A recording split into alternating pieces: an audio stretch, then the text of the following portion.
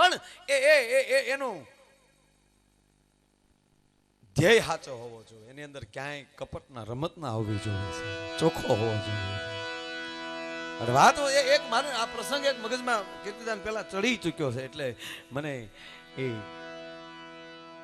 જ્યારે જ્યારે ભગવાન પ્રગટ્યો છે ત્યારે કોઈએ આ બધે નહીં ને અહીંયા આપણી ગીરમાં જ તે ભગાભાઈ કેસરી સિંહ થાય છે લટાળો, એનું કારણ શું કે એ પ્રગટ્યો છો ગીરમાં. અહીંયા ભક્ત પ્રહલાદની નગરી એ છે અને ત્યાં ભગવાન પોતે નરસિંહ રૂપ ધારણ કરીને આવ્યો હતો. આ તેદુનો ખોટી થઈ ગયો એ થઈ ગયો, આમાં ભગવાન છે.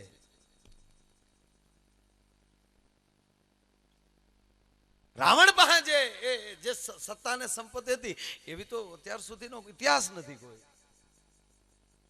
કેવડી એની દાદાગીરી છે. તમે વિચાર કરો કે બ્રહ્માજી એને પૂછી પૂછીને લેખ લખતા હોય, કોઈનો જન્મ થાય તો રાવણ પાસે આવે કે રાવણ આના શું લેખ લખવું, એની તાકાત જુઓ તમે. ભગવાન શિવ કૈલાસમાં ધક્કો ખાય લંકા અને પછી રાવણને કહે કે હવે તું મારી પૂજા કરી લે ને તો હું છૂટો થાવ. પૂજા દેવા ન્યા આવવું પડે. કૈલાસ ઊંચો કર્યો ને કૈલાસ, ત્યારથી માં પાર્વતીએ જ કીધું ભોળાનાથ તમારે લંકા જઈ આવું, એ માથાળો અહીંયા નો આવવો જોઈએ. તમે હતા સમાધિમાં ડોહે શું કર્યું છું તે બધું હલબલાવી નાખ્યું. આ ગણપતિને એને માઇન્ડ હોઠું પકડી રાખ્યા ડોહા. માં ભગવતી ભવાની ના પાડે ત્યારે માં ભવાની તો ભવાની, ભોળોનાથ તો આપણે બધા ભોળાનાથમાં આવ્યું. આપણે આમ ભોળા, બહુ ભોળા. આ ભોળાનાથે મન ફાવે એને વરદાન આપી દીધા. ક્યાં ભાગ્યા? ઘડીક તો બેહો ભલામાં. શું ભલા માણસો આવું કરો?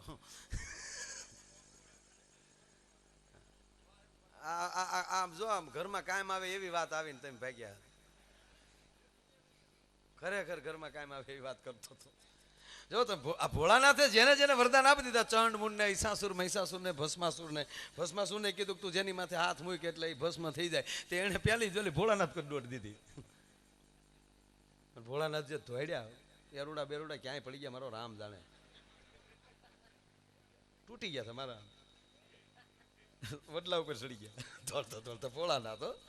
પછી ભગવાન નારાયણ પોતે વિશ્વ સુંદરીનું રૂપ લઈને આવ્યા અને ભસ્માસુરની આડા આવ્યા ને મીડિયા નાસવા. ભસ્માસુર બોલો કેળો બંધ કરીને કે તમે મારે લગ્ન કરો. ભગવાન નારાયણ પોતે વિશ્વ સુંદરી બન્યો છે. રૂપાળો કેવો હોય છે, થા થઈ નાચતો હતો ભગવાન. પછી એને ભસ્માસુરને એટલો બધો આમ રાસ રમાડ્યા ને પછી કીધું કે એકચ્યુઅલી તમે મારી સાથે લગ્ન કરવા ઈચ્છો જ છો?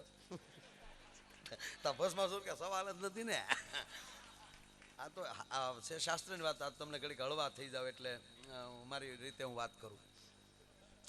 ત્યારે ભગવાન નારાયણ એમ બોલ્યો છે વિશ્વ સુંદરીના રૂપમાં કે હે ભસ્માસુર, અમારા એક જે વર્ણમાં અમે છીએ, જે સમાજમાં, એમાં નિયમ એવો છે કે હું નાચું એમ જો તમે નાચો તો હું તમારી સાથે લગ્ન કરું. બોલો કે ચવાલ જ નથી ને. એ ભગવાન નારાયણ નાચતો નાચતો એ પોતાનો હાથ આમ માથે મૂક્યો એટલે ભસ્માસુરે એનો હાથ એની માથે મૂક્યો અને ભસ્મ થઈ ગયો. આખર રૂપ તો સ્ત્રીનું જ લેવું પડ્યું નારાયણને. નારાયણી છે. ત્યારથી નારાયણીનું નામ જે આવ્યું છે, એ નારાયણ પોતે જ્યારે નારાયણી બન્યો ત્યારથી આ નામ લાગ્યું છે. અને ભોળાનાથમાં જયારે આ ચંડમુંડને મારવા ભગવતીએ અનેક રૂપ ધારણ કર્યા અને કીર્તિદાનભાઈ બન્યું એવું, માને એટલો બધો ક્રોધ ચડ્યો ભગાભાઈ, તે રાક્ષસોને જ મારી નાખ્યા. પણ પછી તો જે આડો આવ્યો એને ઉલાડ્યા.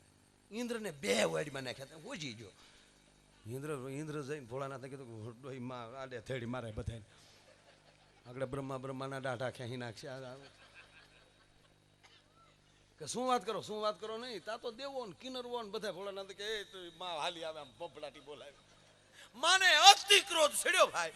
આડે ધડ જ્યારે એમ કહેવાય ભગવતી જે આડો આવ્યો એને ઉલાડ્યો.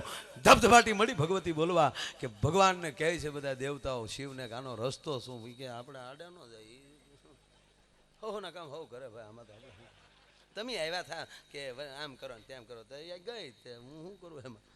એ અમારે રોજ ભેગું રહેવું, અમે નો આડા આવી. એકવાર તો ઘર ભાંગ્યું કે પછી વારા ઘડીએ કેટલું ભોળો ના પ્રભુ બચાવો. હે ઓમકારેશ્વર, તમે ન બચાવો તો બીજું કોણ બચાવે? તેથી ભગવાન ભોળિયોનાથ એ ભગવતીના રસ્તામાં આડા હોઈ ગયા. અને ભવાની જ્યાં પગ મૂકવા જાય ને ધ્યાન નીચે ગયું અને શિવને જોયા કે હાય હાય આગળ મારો પગ પ્રભુ ઉપર પડી જાત. અને હાથેકની જીભ એમ કહેવાય બારી નીકળી ગઈ. એ મહાકાળી ભગવતીનું પ્રાગટ્ય ત્યારે થયું. આવું ક્યારેય ઘેરે થાય તો લાદીમાં દડવા મળો ને. અને હવે તો આપણે લાગ્યું ભાઈ હાર્યું નાખ્યું દડીએ લાગ્યા. બોલો તો બિચારો ડુંગરો પીડ્યો હતો. પણ એ જે રાવણ જે આ ધરતીનો, ટૂંકી વાત લઈ લઉં એક જ મિનિટમાં, મને આ પ્રસંગ આવી ગયો એટલે, કે એ રાવણ જે આ ધરતીનો માલિક બન્યો, સમગ્ર ધરતી રાવણના કબજામાં. બ્રહ્માજી પૂછી પૂછીને લેખ લખે, ભગવાન શિવને આવીને પૂજા દે. અને રાવણના મનમાં એક વિચાર આવ્યો કે હવે જો વિષ્ણુ મારા હાથમાં આવી જાય તો એને કબજામાં લઈ લઉં તો ત્રણેય લોકમાં રાવણનો ડંકો વાગી જાય. પછી તો એક લવણ જ ઉપડ્યો, વિષ્ણુ ક્યાં છે? જે હામો મળતા કે વિષ્ણુ ક્યાં છે? વિષ્ણુને ભેળ્યા. હવે ગોતવા ગયો જડે ક્યાંય. એમાં કોકે એને કાનમાં કીધું કે વિષ્ણુને ગોતવો છે? કે હા. રાવણ તારે ક્યાં દૂર જવાની જરૂર છે? કેમ? બલિરાજાને હમણાં વિષ્ણુ સાથે બહુ સારા સંબંધ થયા. હવે બલિનું નામ પડ્યું એટલે એક તો ક્રોધિત હતો જ આ વ્યક્તિ, અને એમાં બલિનું નામ આવ્યું કે બલિ દૈત રાજા હોવા છતાં વિષ્ણુની નજીક. બળતામાં ઘી ઓમાણું. રાવણની તપેલ ત્રાંબા જેવી આંખું થઈ ગઈ અને હાટ કરતો સીધો એમ કહેવાય કે પાતાળ લોકમાં આવ્યો ને બલિના દ્વારે ઉભો ઉભો રાવણ ત્રાડું દે છે. એ બલિ બહાર આવ, બલિ એ બલિયા. રાવણ તો એમ જ કરે ને, રાવણ થોડો કઈ વિવેક. બલિ બહાર આવ, એ બલુ. થરેરી ગયો બલિરાજ અવાજ સાંભળે. કાટ કાટ કાટ ડગમાડતા આમ જા ડેલી ખોલે. દશાનંદ રાવણને જોઈને હા પધાર્ય લંકેશ, પાતાળ લોકમાં શું તમારું સ્વાગત કરું? સ્વાગત નથી જોતું, વિષ્ણુ ક્યાં છે? એ બલી એકવાર જો વિષ્ણુનો એમ કહેવાય ઠેકાણું દેખાડી દે અને ભૂકાનો કાઢી નાખું તો રાવણ નહીં. બ્રહ્માજી મને પૂછીને લેખ લખે છે, ભગવાન શિવ મને આવીને પૂજા આપે છે. અને એકવાર જો વિષ્ણુ મારા હાથમાં આવી જાય તો ભૂકા નો કાઢી નાખું. 2-3 વાર ભૂકા કાઢી નાખું, ભૂકા કાઢી નાખું બોલ્યો રાવણ. અને વાત વાતમાં એમ કહેવાય બલીને એમ કહે કે હે બલી, મારી ભુજાઓની તાકાત જોતું મેં કૈલાસ ઊંચો કર્યો હતો. 7-8 વાર કૈલાસ વચ્ચે આવી ગયો કે મેં કૈલાસ ઊંચો કર્યો. હું રાવણ આમ, હું રાવણ આમ. એક વાર મને તું બતાવ. અને બલીને 3જી વાર જા તુકારો કર્યો ને બલી એટલું બોલ્યો કે હે લંકેશ, તારી સામે બલી ઉભો છે, ભૂલાઈ ન જાય. અને ભૂલે છો તું રાવણ? એક દી આ ધરતીનો માલિક મહારાજ બલી હતો અને ક્યારનો તું કહે છો કે વિષ્ણુ હાથમાં આવી જાય તો ભૂકા કાઢી નાખું. ગાંડા, તારી કરતા 100 ગણો પાવર મને એ હતો કે એકવાર વિષ્ણુ મારા હાથમાં આવી જાય તો ભૂકા કાઢી નાખું. શું કામ? મારે વેર હાલ્યો આવે વિષ્ણુ આરે. મારો દાદો પ્રહલાદ ને એનો બાપ મારો વડો દાદો હિરણ્યકશિપુ એનો મારનાર વિષ્ણુ છે. હું વિષ્ણુને ગોતતો હતો. પણ એ ગાંડા, હું વેર ભૂલી એને શરણે વયો ગયો હશે તો એમાં શું તાકાત હશે? પણ રાવણ, તને એક વાત કહું, જો માન તો તારામાં તેવડ હોય તો હજી નારાયણને ગાળું દેજે, દેવું એટલી. પણ વીતેલી પળની હું તને વાત કરું, એના ભક્તનો સાળો કરતો નહીં, નહીતરી તારા ભૂકા કાઢી નાખશે. ભાવે કે ભાવે જો એનું નામ લેતો હોય એનો સાળો કરતો નહીં તું, નહીતરી સહન નહીં કરી શકે. અને છતાંય તું ક્યારનો એમ કે છો કે વિષ્ણુ જો મારા હાથમાં આવી જાય તો ભૂકા કાઢી નાખું. અંદર આવ્યો, પોતાના દરબારમાં એ માણસ લઈ ગયો અને એના દાદા હિરણ્યકશિપુ વખતના પટારા પડ્યા હતા. 4-5 પટારા દેખાડ્યા. રાવણને કીધું કામાલ એક પટારો ખોલ. ક્યારનો સોઈટો આમ કરી નાખું, કૈલાસ ઊંચો કર્યો, ખોલ પટારો. હવે જેને કૈલાસ ઊંચો કર્યો એની ભુજાઓ મને કેવડી તાકાત.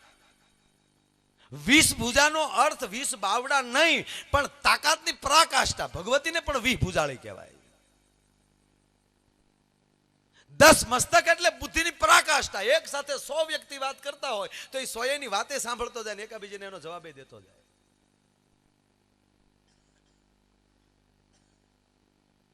જ્યાં પટારો ખોલ્યો અને બલિએ કીધું કે જોજો અંદર શું છે કે એક ચક્ર પડ્યું છે, બારું કાઢ. રાવણે ચક્રને બારું કાઢવા અંદર હાથ નાખ્યો, પણ ચક્ર ભગાવે હલ્યું નહીં જરાય. રાવણથી ચક્ર ન હલ્યું, બીજો હાથ નાખ્યો, ચક્ર ન હલ્યું. છેવટે તેમ કહેવાય પટારાનો દરવાજાનો ઘા કર્યો અને સ્વયં રાવણ અંદર ઉતર્યો અને તાકાત કરી પરસેવો વળ્યો, પણ ચક્ર હલ્યું નહીં, ભોઠો બહુ પીડ્યો. બલી સામું જોયો, ચક્ર સામું જોયો, બારો નીકળી નથી શકતો, શરમ નો માર્યો. બલી કીધું બારો.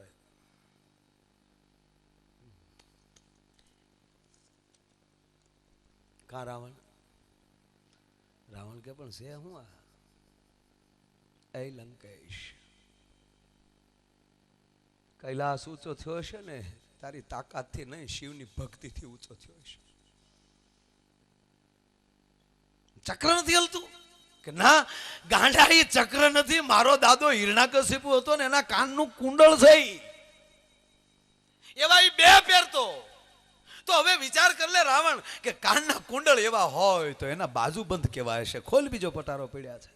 એ રાવણ, બાજુબંધ એવા હોય તો એનો માથાનો મુંગટ કેવો છે?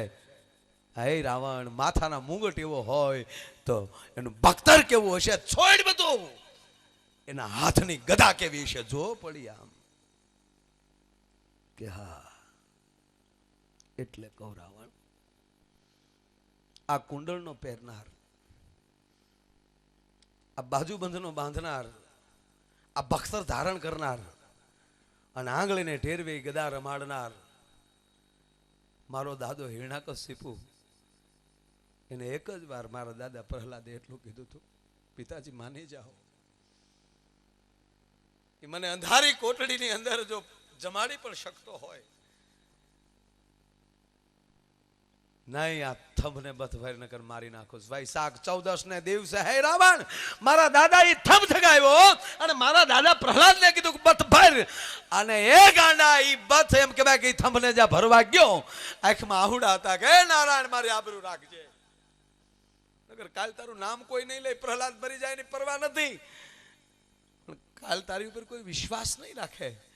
અને હે લંકેશ, મારા દાદાએ હરિનું સ્મરણ કરીને જ્યારે બથ ભરી અને થબ ફાટ્યો અને અંદરથી જ્યારે નારાયણ પ્રગટ્યો, તેથી આ જ કુંડળનો પહેરનાર, આ બાજુબંધ બાંધનાર, આ બખ્તરનો ધારણ કરનાર ને આ ગદા રમાડનાર, એને ચપદીન વગર હથિયારે વડે પકડ્યો, પોતાના ખોળામાં નાખ્યો અને પોતાના આંગળાથી ચીરીને હાલતો થઈ ગયો. આ માયલું તારામ તાકાત ખરી કાંઈ?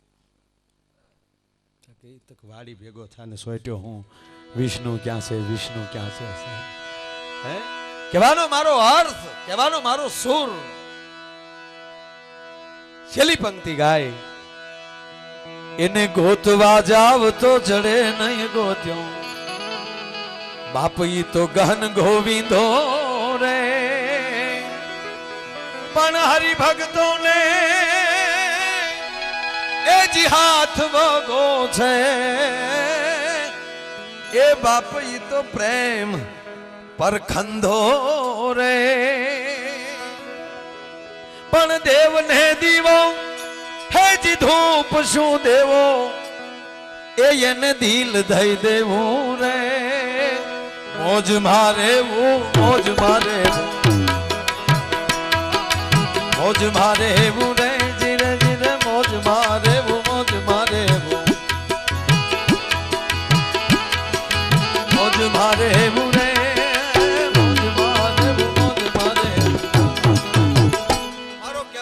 અર્થ કે બેઠેલા તમામને મારી એક જ નમ્ર વિનંતી કે કૃષ્ણને ન ભૂલતા, અને કૃષ્ણને જેની ઉપર પ્રેમ હતો એને ન ભૂલતા. ગાયો હાટો કૃષ્ણ રોયો છે દ્વારકામાં. મારી ગોકુળની ગાવડીઓ શું કરતી છે? ઓધાવ કોઈ ગાયને જોઈ જાય ત્યારે એને ગોકુળ યાદ આવે, કોઈનો સુર જોઈ જાય ત્યારે વ્રજની ગોપીઓ યાદ આવે. અર્થ કે એને એક આ સુર બહુ વાલા હતા. જેવું ફાવે એવું ક્યારેક દિયાચમાં બેઠા હોય ત્યારે કૃષ્ણ સામું ગાઈ લેવું થોડું, જે ફાવે તે. અને ત્રીજી છેલ્લી વાત કે ભગવાને ખૂબ આપ્યું છે ઘરે ઘરે એક એક ગાયનો ખીલો નાખી દેજો મારો બાપ, કોઈ દી તમને તકલીફ નહીં પડે. હ ગાય ગાય બહુ એમાં પ્રેમ બહુ છે. અઠવાડિયે 15 દિવસે ક્યારેક હું મારી ગાઉ પાસે જાઉં, ભગાભાઈ ડેલીમાં પગ મૂક, મારે બહાર રખડવાનો એટલે બહુ ઓછો ટાઈમ રહે, પણ જ્યારે જાઉં ત્યારે એની સામે 10 મિનિટ, અમરીશભાઈને ખબર છે, 10 મિનિટ જો મોડું થઈ જાય ને ઊભો રહું તો મોડો ખીલો હોય તો ભાંગી નાખે છે. આજે એનો પ્રેમ છે. જે પ્રાણીમાં જ પ્રેમ હોય એનું દૂધ ખાવ ને તો સાહેબ એ દૂધથી માણસનો પ્રેમ વધે. બાકી ભેહુમાં શું પ્રેમ છે કયો ને, એને ખબર ન હોય મારો પાડો મરી ગયો. આપણે તો રાખ્યું છે, બધાને ખબર છે પાડા મરી જાય નથી ઓડા ઉભા કરીને ધોઈ લેતા. એ મને ગમે નહીં હો, ભે હાટું જે પાડા થતા દૂધ હાટું. ઘણા મેં જોયા હો, મારા કાળું લુગડું ઓઢીને બે પાસે બાઈ એમ કે ધીમા ધીમા હાલજો, બાઈ બોઘરું લઈને બે પાસે. એક હકીકત બનેલું, પાડો ગુજરી ગયો, બે વટકી. ભાઈ મારી પાસે મને કે ભાઈ 2 દિવસે ભે જોવા નથી દેતી. મેં કેમ? મને કે પાડો મરી ગયો. મેં કીધું ઘરના પૂછો ને, પ્રયોગ દેખાડશે. આપણે ઘરે કાળા ઓઢણા પીડ્યા શું હોય,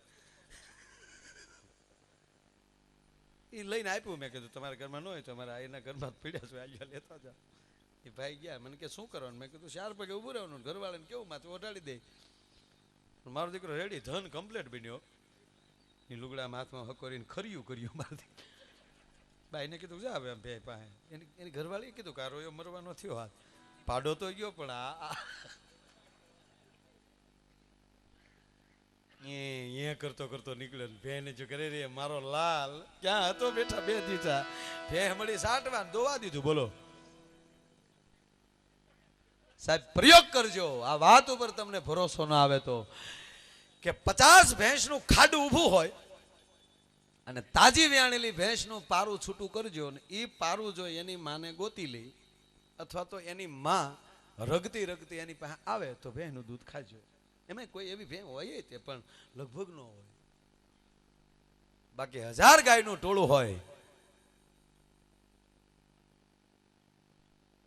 અને ધણમાલી ગાય છૂટી થાય સાહેબ, એ સિકરોટા નાખતી આવતી હોય ને એમાં તમે વાસરું છૂટું કરો તો 1000 ગાયના ટોળા માલી વાસરું એની માને 100% ગોતી લે સાહેબ. આ એની અંદર પ્રેમ છે. એટલે આવડા ગયો ને આને ભેં દોવા દીધું, 1 દી દોવા દીધું ભગાભાઈ, બીજે દી દોવા દીધું, 3જે દિવસે ભેંની નજર પગમાં ગઈ અને બૂટ પાળી ગઈ. ભેં કે ઓહો બૂટ પહેરે મારા નહીં. ભેં જે ધોક મારી ગમેણમાં ગોટો વાળી દીધો. બોલો હજી હાથે પ્લાસ્ટર છે કે હજી રૂઠો નથી વળતો. કહેવાનો સુર કૃષ્ણને યાદ રાખજો, તમારી કુળદેવીને યાદ રાખજો. કોઈ સલાહ નથી દેતો પણ એક પ્રાર્થના કરીને કહું કે એક ગાયને યાદ રાખજો. આ 3ને તમે યાદ રાખશો ને તો તમારા પરિવારને પછી યાદ નહીં રાખવું પડે. પરિવાર 100% તમારી સાથે જોડાઈ જાય. તમારામાં ભાવ દેખાશે. એ ભાવથી આપણે જીવીએ. અને સમય પણ ઘણો થયો છે. આ બધાએ ખૂબ મજા કરી. ઈચ્છા નથી થતી છૂટું પડવાની. બસ આવો નવો પ્રેમ કૃષ્ણ આપણને આપે. અને છેલ્લે કીર્તિદાનને કહું કે મારો બાપ એવી એક ભેરવી કરી નાખ. ગઝલ ગઝલ ગઝલ એમ થાય ને, એ થાય. એક મીઠુડી મીઠુડી મીઠી મીઠી મોરલી વાળા, એની પાસે ગઝલ આપણે ખાસ સાંભળવી છે. અને પછી છેલ્લે ભેરવી સાંભળીને આપણે છૂટા પડશું. તો આ રીતે બેઠા છો એ જ રીતે ઈતા દાદા બેઠા રહેજો. બ્રહ્મ સમાજના પ્રમુખ શ્રી વાહે એકડો લખ્યો ખૂબ છે દાદા. કાંડા ઉપર 65 વાહે એકડો. આમાં હાસો આંકડો કયો માનવો આપણે? Ward number 7. અચ્છા અચ્છા અચ્છા. કીર્તિદાનને ચા પાઈ ગયો. ઓહો બધી જાણે ચિતકી ચોરી. કૃષ્ણએ મને 1-2 જણાએ પૂછ્યું, મને કે માયાભાઈ આ ચા પી લે ત્યાં સુધી. મને કે આ કૃષ્ણએ અહીંયા કેમ ક્યાંય લીલા અને રાસ ને એવું ન કર્યું?